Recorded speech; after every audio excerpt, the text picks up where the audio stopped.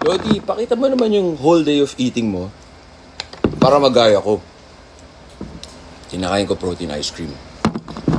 Yung ginagawa ko sa gagawin mo, magkaiba. Kasi iba yung ginagawa mo buong araw, iba yung ginagawa ko. Iba yung trabaho mo, iba yung activity mo. So, dapat talaga do what works for you. Kasi mamaya, hard laborer ka. Or mamaya, nasa desk ka. Ako naman, nag-workout ako everyday. Nag-walk ako ng dog. Tumutulong ako sa miss ko sa paglinis ng bahay. Marami akong galaw. Punta sa business dito, business doon. Gawa ng kanta, sagot sa inyo.